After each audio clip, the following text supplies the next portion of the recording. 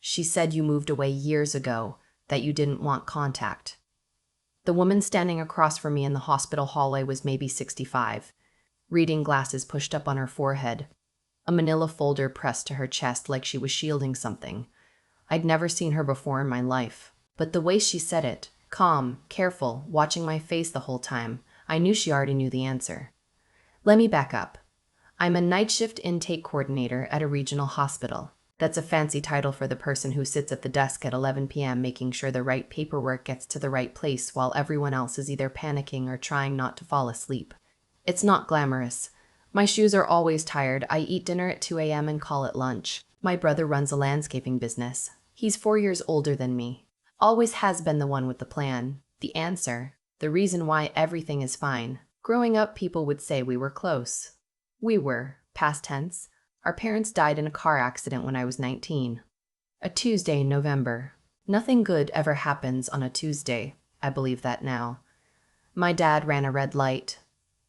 The report said he probably didn't see it. Mom was in the passenger seat.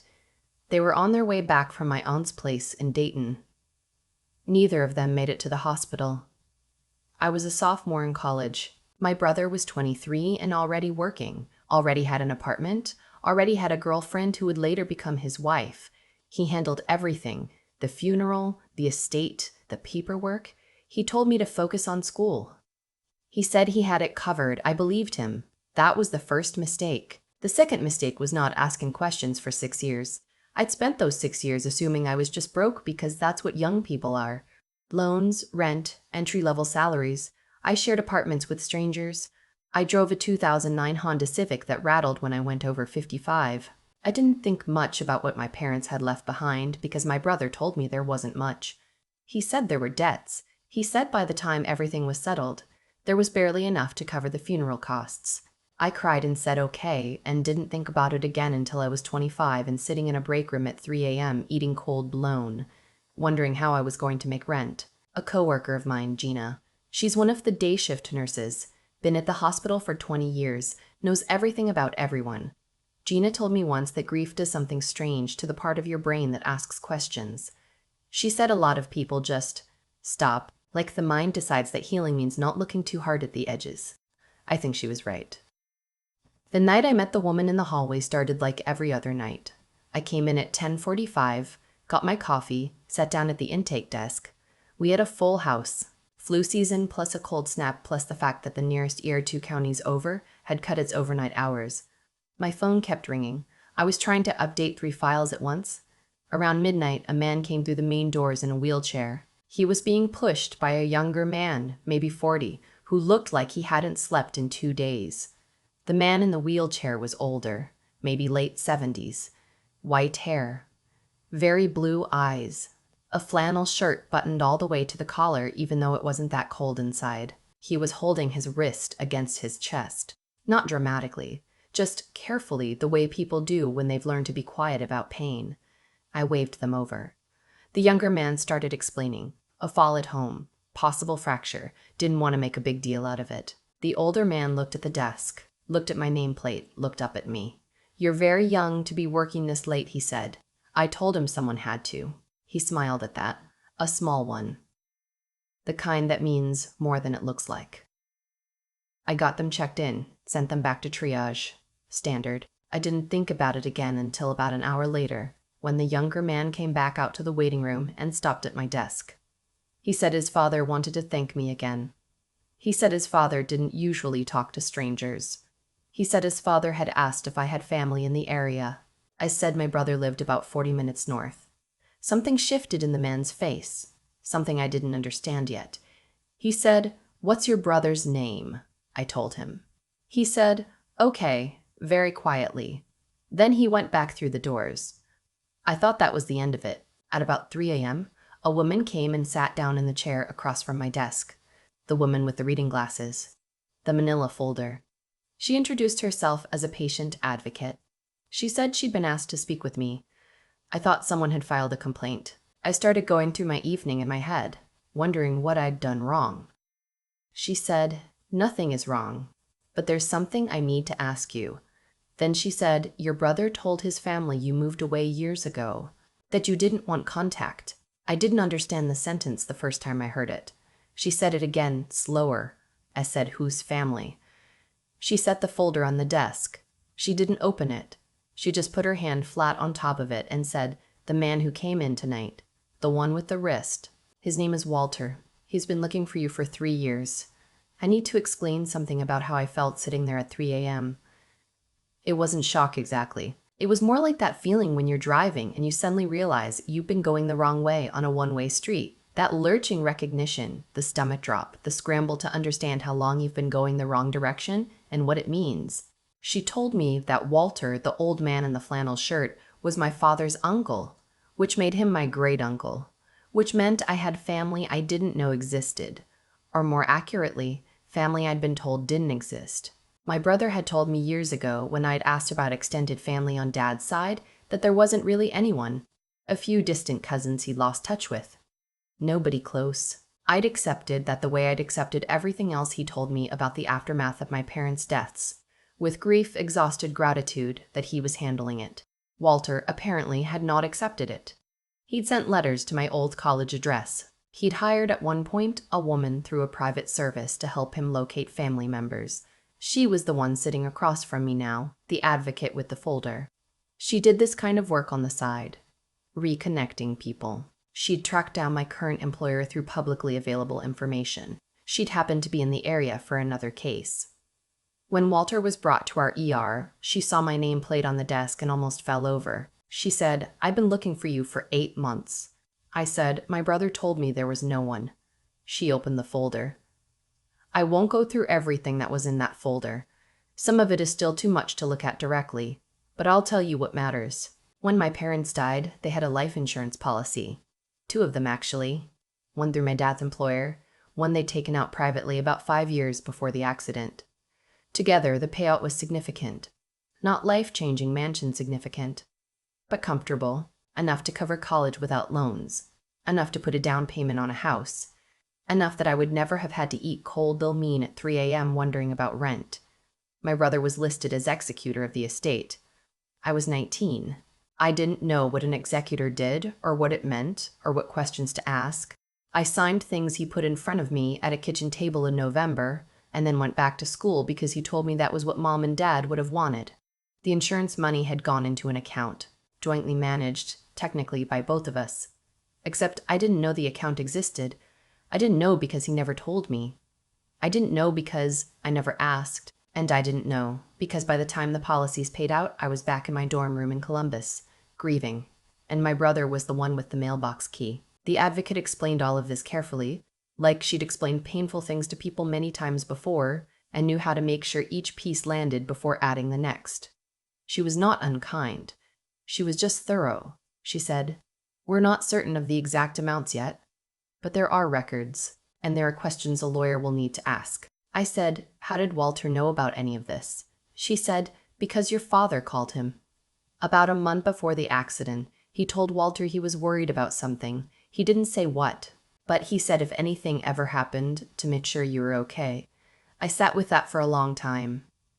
My father called his uncle a month before he died to say, "Make sure she's okay," and for 6 years, no one had.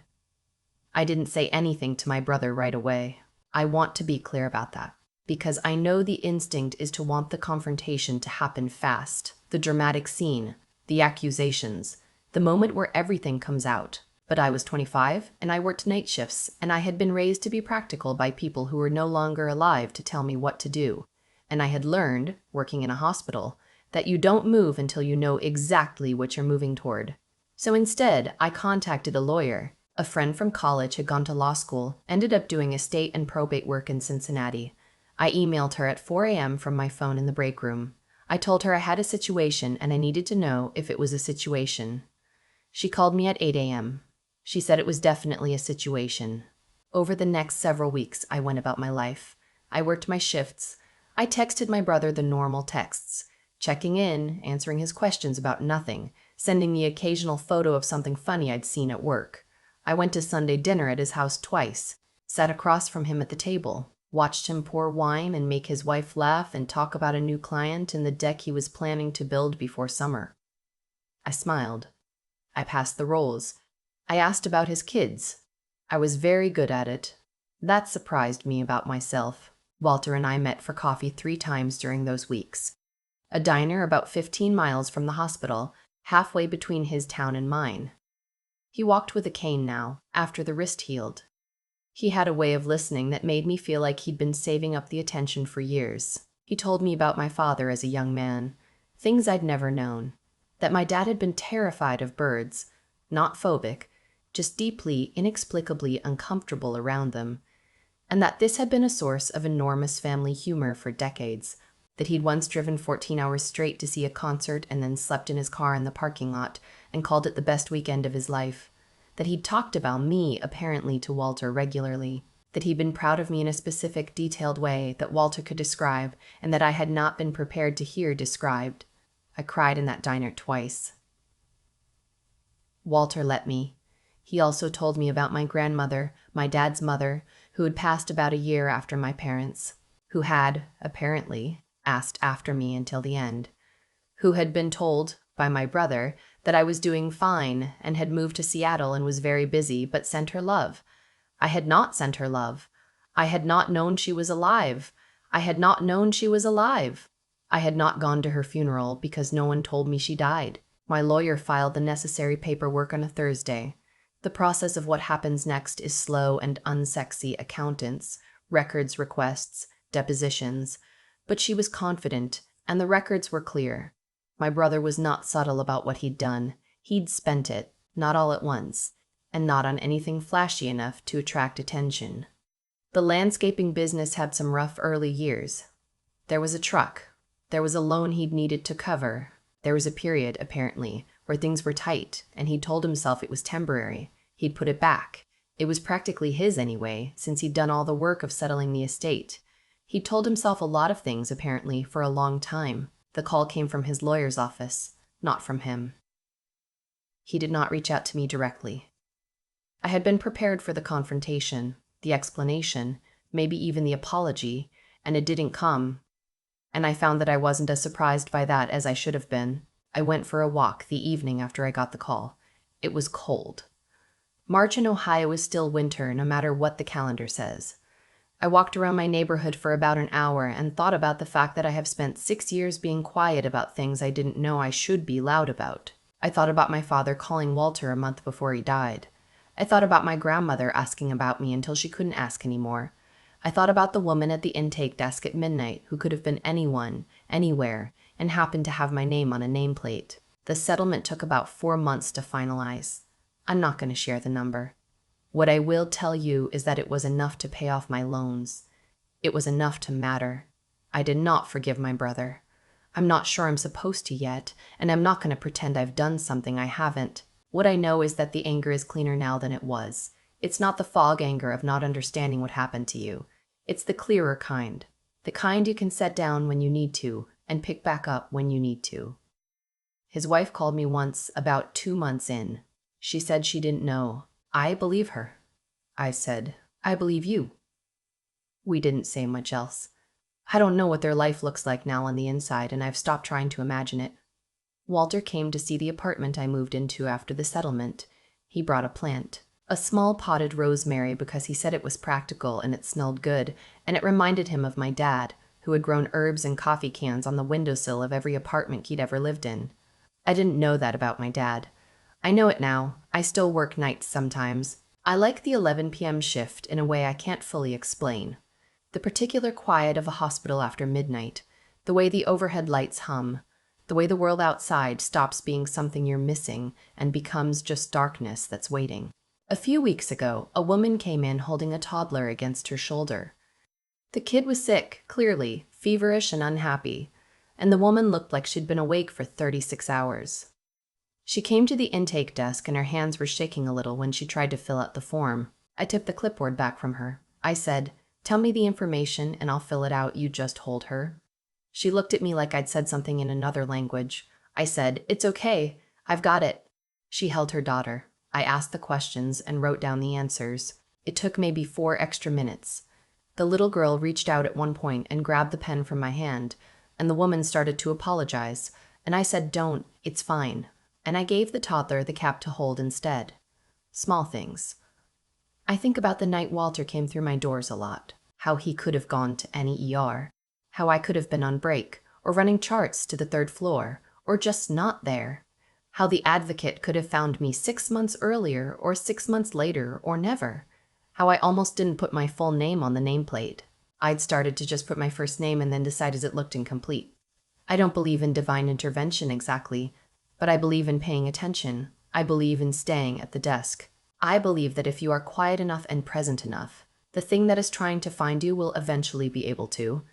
My rosemary plant is on the windowsill in my new kitchen. Every morning when I get home from the night shift, I brush my hand across it and the smell fills the whole room. I think hi, Dad, and then I make coffee and go to sleep. I've thought a lot about what made that night different from any other night. The honest answer is nothing. I showed up. I made coffee. I sat at the desk. I filled out a form for a man whose hands were full so she didn't have to put her daughter down. I did the same things I do every shift. There was no grand decision, no moment where I chose to be a different kind of person. I just did the next small thing in front of me, the way I always try to. And I think that's the part that took me the longest to understand about my own story. My brother made choices too. Small ones. At first, he told himself he put it back. He told himself it was temporary. He told himself he'd done the hard work so it was practically fair. Each choice was quiet. Each one felt, probably, like something he could explain later if he ever had to. And then years passed and the choices hardened into facts, and the story he told himself became the only story he knew how to tell. That's how it happens, I think. Not in one big moment of deciding to become someone who does a terrible thing, but in 100 small moments of deciding not to look directly at what you're doing. I don't say that to let him off the hook. I say it because it's the thing I find most useful to carry forward. The question isn't who would do something like that. It's what makes a person stop asking themselves whether what they're doing is right. And the answer, as far as I can tell, is that you stop asking when you stop making honesty a daily habit. When you practice small dishonesty the way other people practice kindness, you get very good at it. And then one day, you're very far from where you started and you don't quite know how you got there.